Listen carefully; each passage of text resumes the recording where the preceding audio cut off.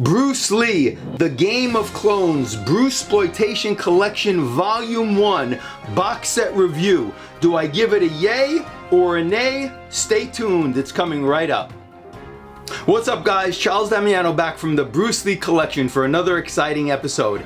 On today's episode, I'll be reviewing The Game of Clones, Bruce Lee Exploitation Collection Volume 1, box set. And before I get into the review, I want to give you a little backstory about how this came about. I get an email one day from co-producer Michael Worth, who by the way is a great guy. I had a great conversation with him, but before that he sent me an email and he said, "Hey Charles, I really like your channel. I've been following your channel and watching your episodes. Do you mind giving a review to this new Bruceploitation box set that I just put out?" Now, I never really heard of Michael Worth before and I didn't really know much about the box set. So after I read Michael's email, I gave him my phone number and I said, "Hey Mike, I'd like to discuss the box set with you further because I don't really know much about it. Do you mind giving me a call?" So I gave him my number and Michael was gracious enough to give me a call that Monday or Tuesday in the beginning of the week, and I picked up his call and I had a really nice conversation. Now, I never met Michael Worth before, but for those of you who don't know him, he was the co-producer of this box set, and he's a big Bruce Lee fan. He was in a lot of martial art movies in the 90s.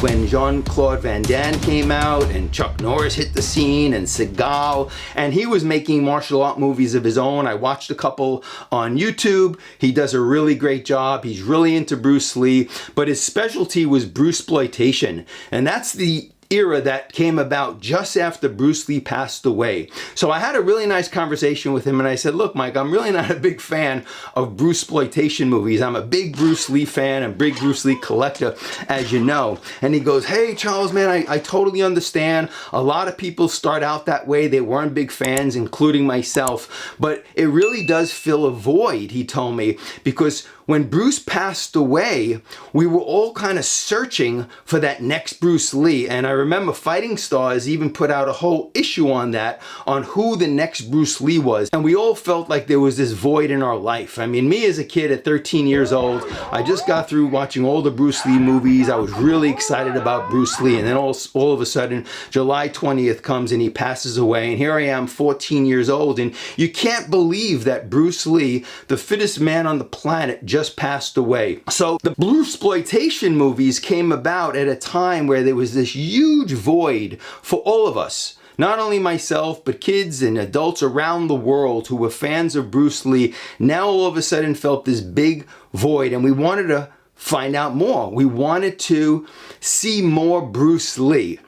So the directors and the producers at that time and the movie studios at that time started trying to capitalize on that, and they started putting out all these Bruce Lee movies, which were exploitation movies of Bruce Lee. It wasn't really Bruce Lee in the movie. So me and Mike had a really great conversation about this. He was explaining the era to me and he said, "Charles, man, I felt just like you. I wasn't a fan, but I wanted to find any little tidbit of information on Bruce Lee, and I thought I could find them in these movies." And so did I. I mean, I saw a few of the movies back then, and I used to go with my friends, and I was always looking for the latest little clip or documentary on Bruce Lee, and that's how I discovered the Bruce Lee screen test when they showed it in Fury of the Dragon, and that's how the movie started off. So every time you saw a Bruceploitation movie, you felt you were going to get a little piece of Bruce Lee. And that's also where I saw the Bruce Lee, I guess it was 71, 72, where he was helping Unicorn Chan, and he did that conference, and he had the red shirt on,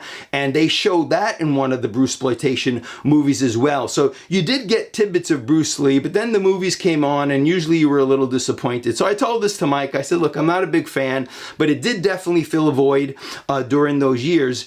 And I said my favorite Bruce Lee, I guess, imitators at the time was Bruce Lee, Dragon Lee, who had a really great physique, a little bigger than Bruce, but ripped to the bone. And Bruce Lee is the ones I remember most. And he goes, Charles, man, you're right on point, because those were my favorites as well. And that's who we feature in this box set, all their movies of the past. Now, I learned through discussing with Michael that there was over 200 of these Bruceploitation films that were produced at the time. And so he said, look, I'm going to send you a box set. And give me a review, give me your thoughts on the box set, and be honest. He said, he goes, if you don't like it, give it a thumbs down. If you like it, tell me why you liked it. I really like to learn from this, because we're thinking of putting out a volume 2, but we want to make sure there's a big demand out there before we put the time and effort into doing that. So I said, all right, send me the box set. I'll look through it. I'll review it. And he said, make sure you start with the documentary first. Okay, and the documentary in this box set is called Enter the Clones of Bruce. And it really is a 90-minute documentary, and it gives you an overview of what the box set is all about and how bringing back all these Bruceploitation movies to life in this box set came about. So I get the box set, which is, by the way, really beautiful. The cover, the back cover, it comes really nicely packaged. It also comes with a 100-page booklet in the box set, which I'll get into in a minute. But I started with the documentary, and I took Michael's suggestion, and I popped it in. I just bought a nice giant TV, 65-inch 4K, and I had my my DVD player. I have a 4K Blu-ray DVD player, and this is all in Blu-ray, so I pop it in, and I'm getting ready to watch the documentary, which is about 90-95 minutes. And I put it in, and what I noticed first is that the first 15-20 minutes of the documentary that's included in this box set is all on Bruce Lee. It blew my mind. I wasn't expecting a documentary on Bruce Lee, but 10 minutes goes by, 15 minutes goes by, 20 minutes goes by, and it's all reviewing the Bruce Lee movies, his life leading up to his death just before the Bruceploitation era exploded, which was around 1973, 1974 at the time, because Bruce passed away in 73. And I was fascinated with the documentary. I just couldn't get my eyes off it. And I have a few favorite documentaries. I love, Bruce Lee Death by Misadventure. I loved A Warrior's Journey. I love the A&E documentary put out on Bruce Lee back in '93. I love Bruce Lee the Greatest. There's a couple of favorite documentaries out there. And then when I popped in the documentary called Enter the Clones of Bruce, I have to say it's probably now ranked up there with one of my favorite documentaries. I was really impressed with the documentary. And it really gave me some great insight as to why these movies came about, the actors who played in these movies, and it was really, really very heartfelt at the time. I have to be honest with you. In getting to know Bruce Lee and Dragon Lee, you really start feeling for these guys, because you didn't realize that, first of all, they had to change their name because the movie companies at the time wanted it to be as close to Bruce Lee as they can get, because they were, trying, I don't know if they were trying to trick people, but that's what you thought as a kid. You were going to see these, and some people actually thought they were watching Bruce Lee on screen, and meanwhile, it wasn't. And a lot of these guys, you find out, really weren't too cool about that. They really got into it more because they needed to support their families, they needed the money, and they were pumping out a film every 2 weeks. Just gives you an idea of the kind of work schedule they were put through. Every 2 weeks a new one of these films were coming out. Action!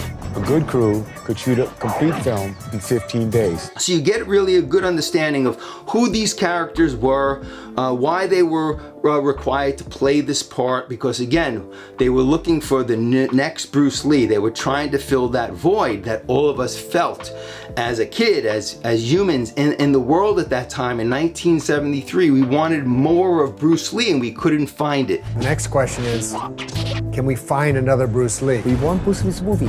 Impossible. He died. Yeah, but we still want Bruce Lee's movie, man. So this, they felt, would fill that void, and they really capitalized on that market. They made over 200 of these movies, and they started out with Bruce Lee, who was my favorite, and I remember him the most because I went to probably more of his movies, and I always dug his movies because in his movies, when he played Bruce Lee, it really was very close to the life of Bruce Lee. They showed him training with Yip Man. They showed him in the 1964 tournament at the time.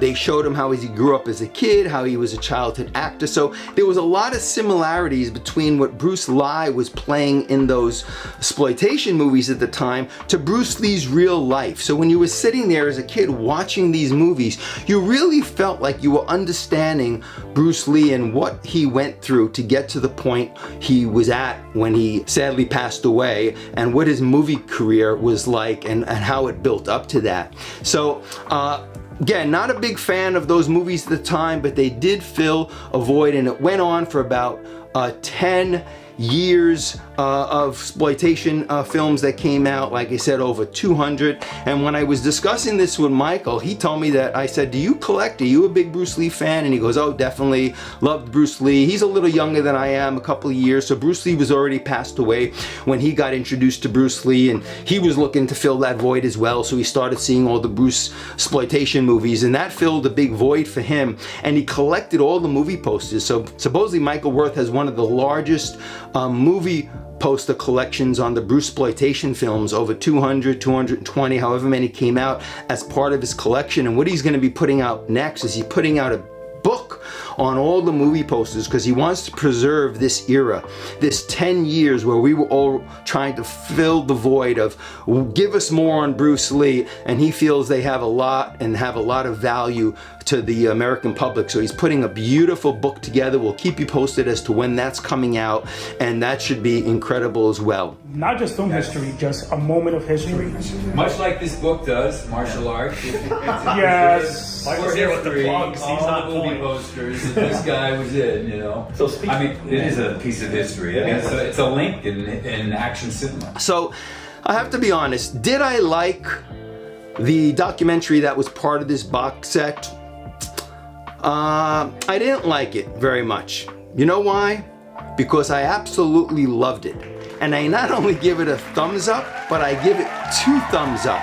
I was simply floored by this documentary that is part of this box set on the Bruceploitation era, and really gave me a better insight as to what this is all about. So for those of you who are fans out there and want to find out more about this era, I definitely recommend either ordering the documentary, which you can order separately, Enter the Clones of Bruce Lee, or if you really want to get the complete box set, which this is, which comes with 12 restored Bruceploitation classics and the documentary, all in this beautiful box set. They were digitally remastered. The quality is really, really good, and you'll have fun watching these Bruceploitation films and get an idea as to why they were put out back in the early 70s and went on probably through the late 70s, early 80s, before the Bruceploitation films really started to die down. So I simply love this. I think Michael Worth did an unbelievable job. Co-producer, also the other co-producer is Frank Zhang. He did an unbelievable job. He did a lot of the commentary on this box set. The other thing I loved about the documentary, and for those of you who are Angela Mao fans, they interview Angela Mao. She gives her insights as to how it was working with Bruce Lee. They also interview Sammo Hung on the documentary, which I found fascinating, and what it was like when he worked with Bruce Lee in the opening scene of Enter the Dragon. And Andre Morgan, one of the directors or producers of Game of Death and did a lot of Bruce Lee movies back in the day as well. Andre Morgan gives his viewpoints on Bruce Lee and what it was like filming the Game of Death. So again, I found the documentary fascinating. I actually just wish it was longer. It ended after 95 minutes and I was craving more. I wanted to see more. And the nice thing about the box set is on the documentary, they give you an additional 90 minutes of footage that didn't make the cut on the documentary, so they have it as extras, and I watched all the extras, and you see these in-depth interviews with Angela Mao, Sammo Hung, a lot of the extras that worked with Bruce Lee at the time and what it was like working with him at that time, Andre Morgan, etc. So you really get a nice feel, and then there's the commentary, if you want to listen to it with the commentary. So they did a fabulous job on the documentary, and that's the only thing I saw in this box set so far. But I definitely give it not a thumbs up, a double thumbs up, because I just love this box set. And if you want to order it, I'll leave a link in the description of this video. I'll also leave a link for the entire box set put out by Severin Films. And when you order this box set, and I'll show you it now, I'll take it out of the thing. You also, by ordering the entire box set, which comes with a 100-page booklet on the legacy of the dragon, which is simply amazing, and it shows all the different movie posters that they used at the time when you saw all these movies, The Young Dragon, The Real Bruce Lee. You know, you go through this booklet and it really just brings you back in time. The Dragon Lives, Bruce Lee's Deadly Kung Fu, and you just Bruce Lee, the Man, the Myth. That was one of my favorites at the time when it came out. And the list goes on and on. They have Circle of Iron here.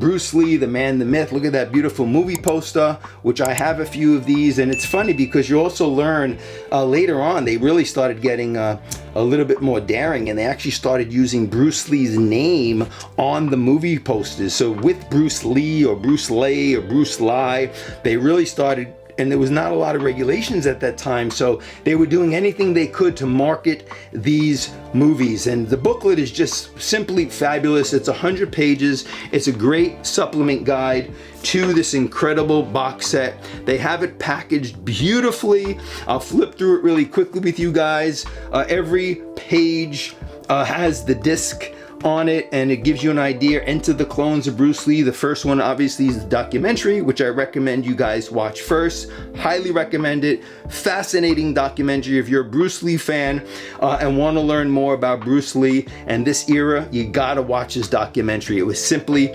amazing. And kudos to you, Michael. You did a fantastic, amazing job on this documentary. And then as you flip through, one of the movies that came out was called The Clones of Bruce Lee, Enter the Three Dragons. And I remember a lot of these as a kid because I saw most of these. I really remember these two. Enter the Game of Death, and this was prior to the Game of Death coming out, or just about that time. And you know, I was reading about Game of Death as a kid at that time, and now all of a sudden you got Enter the Game of Death. So you weren't sure, is it the Game of Death? Is it a remake of the Game of Death? But you went to see it. And that's how they marketed these films. It was almost like, you know, you were being fooled, but they were playing off of Bruce Lee's name at the time, and they did a great job on capitalizing it, and a lot of people were flocking to the theaters at that time. And then this was another good one, Goodbye Bruce Lee, His Last Game of Death.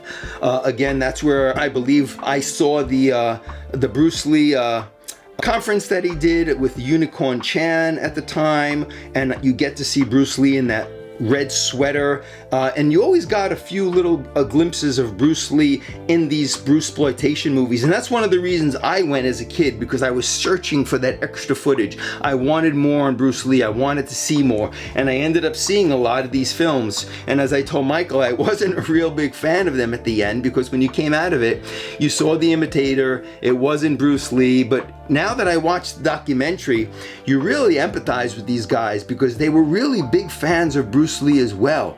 And they really did this to support their family at the time. They never found their own identity, which they talk about. They kind of lived in the shadow of Bruce Lee, and they each speak about that in their own light on the documentary. And it's just fascinating when you hear them talk about this and how they had to change their name and their schedule that they had to work, you know, filming a film every 2 weeks. It was a really tough lifestyle for these people and they were really trying to do justice to Bruce Lee, because, you know, he was a hero to them at the time as well. So you got all these great movies, Bruce Lee and the Iron Fingers, and as you flip through, you got here Challenge of the Tiger, the Cameroon Connection, the Super Dragon, the Bruce Lee story, The Dragon Lives, and again, I remember all these as a kid.